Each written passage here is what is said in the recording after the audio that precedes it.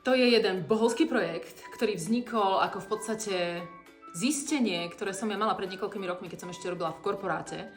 A bola som permanentne nahnevaná či na bývalého frajera, na môjho šéfa, práca ma absolútne nebavila.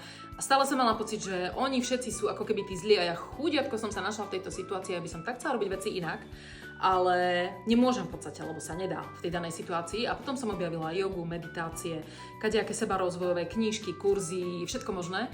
A prišla som na to, že nie oni tam, ale ja tu, v podstate som ten človek, ktorý si to tvorí a ktorý to môže zmeniť hneď v tom danom momente. A začala som o tom tak nejak rozprávať, ale celkovo už aj to, ako som mňa vyžarovalo, tak ľudia začali na to reagovať, že wow, Janive, ty si úplne iný človek, že ty si spokojná, šťastná, či prší slnko svieti, že taký nejaký jednorožec, ešte k tomu aj farebný. A tak nejak vznikla tá myšlienka rozprávať o tom, pretože ja som presvedčená o tom, že sme sa narodili na túto planetu, aby sme si to tu naužili, aby sme sa netrápili, aby sme netrpeli. A mám pocit, že keď som ako keby ja prišla na to, ako si tvoriť to svoje šťastie v tom svojom živote, že to dokáže každý.